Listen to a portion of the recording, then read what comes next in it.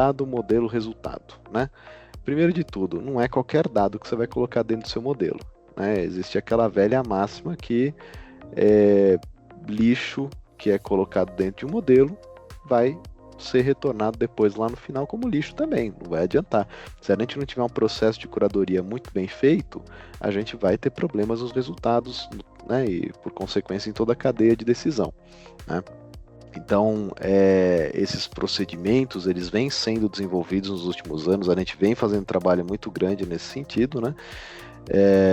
E aí, o que a gente precisa ter de cuidado, principalmente, né? Se os dados errados forem imputados nos nossos modelos, os nossos modelos vão aprender padrões errados, né? Os padrões errados vão levar a conclusões erradas, né? E as conclusões erradas vão levar a decisões erradas que depois vão trazer perdas para a gente, né? Então existe até um artigo interessante que a gente traz mostrando, né, o que é o tal do GIGO, né? Que é você colocar dados equivocados, dados pouco curados dentro dos modelos, o grau de problema que isso pode trazer para você. Imagina naquela rede neural que o Mudorama estava mostrando, um dado errado entrando e contaminando a rede inteira, contaminando algum tipo, né, de padrão decisório inteiro. Realmente é algo que nos preocupa e muito, né? Então, pode seguir.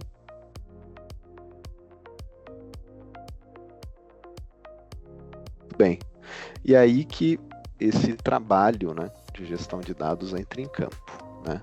E não tem muito milagre, né? Trabalho de curadoria de dados, de gestão de dados é um trabalho duro, né? É um trabalho que precisa ser feito com muito cuidado, né? Até que no final do processo a gente consiga criar algoritmos que repitam isso que a gente foi desenvolvendo ao longo dos anos. Então, basicamente, a gente faz o processo de curadoria dos dados em 7 passos, né? Que passa ali pela questão de você ter uma especificação do dado que você espera, né? Tanto do ponto de vista espacial como temporal, né? As questões de formatação também são super importantes, pequenos detalhes que às vezes na hora da extração você não percebe e faz com que o teu dado fique inválido, né? E aí você não tem a aplicação correta nos modelos. Consistência, né? Testes relacionais também são coisas super são nuances que vão aparecendo no meio do processo de identificação de dados que estão equivocados e que a gente precisa ter cuidado. Então, eventualmente, você tem 2 tipos de dados que se relacionam de alguma forma e o resultado está colocado de uma maneira que claramente está equivocada. Então, eventualmente, né, se você tem um volume armazenado maior do que o espaço que você tem de armazenamento naquele reservatório, né, é um indício de que o dado pode estar equivocado. Né? Então a gente precisa ter um tipo de avaliação, né, como exemplo. Fora também a questão dos outliers. Então a gente tem uma série de dados que podem vir das bases primárias que estão equivocados e a gente consegue olhar através de análise de outlier. Pode ser um outlier de fato, né, tá errado, né, como a gente já viu, né, em muitos casos, ou um outlier de contexto, né? E outlier de contexto é um cara que a gente precisa tomar muito cuidado, porque para identificá-lo a gente precisa ter conhecimento, né? E para ter esse conhecimento, realmente você precisa ter ali uma bagagem muito grande. O teu algoritmo de identificação precisa ter uma bagagem muito grande. Pode passar, Dona. Bem, então isso acaba tendo ali uma necessidade de todo um processo, né, que a gente desenhou ao longo dos anos, né, isso é uma solução proprietária da Volt e que hoje vem sendo cada vez mais, né, transferido para bases automáticas, tá, para modelos baseados em inteligência artificial.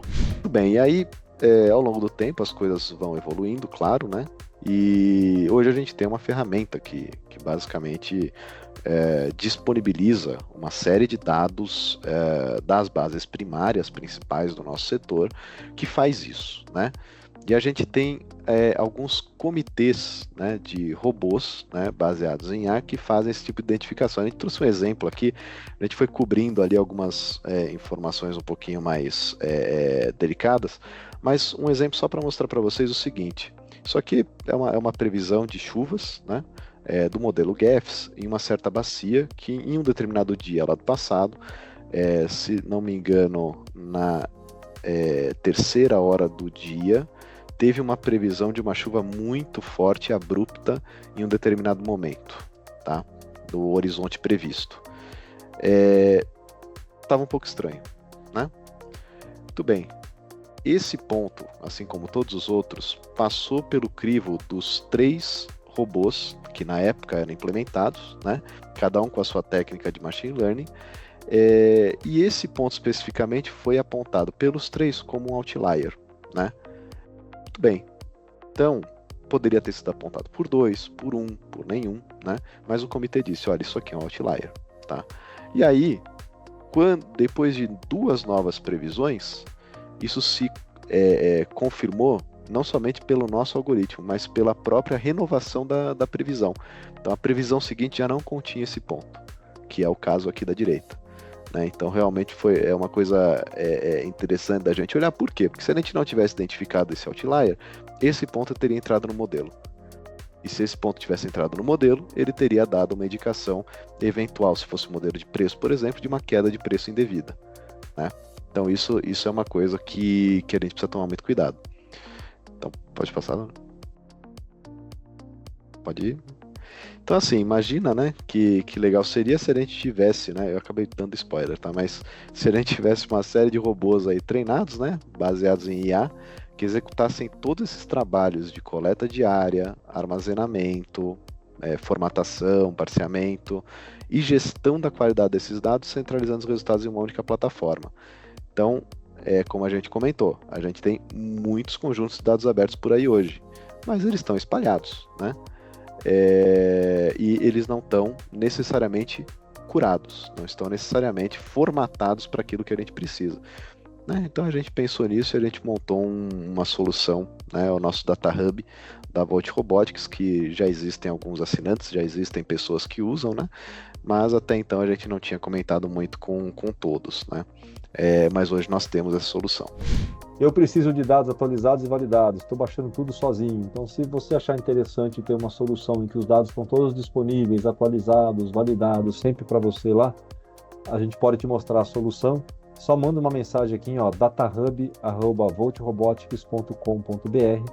Aí no Data Hub da Volt, a gente te apresenta o Data Hub e te mostra o que tem lá, como funciona, né, e como que pode ser usado, tá? datahub@voltrobotics.com.br.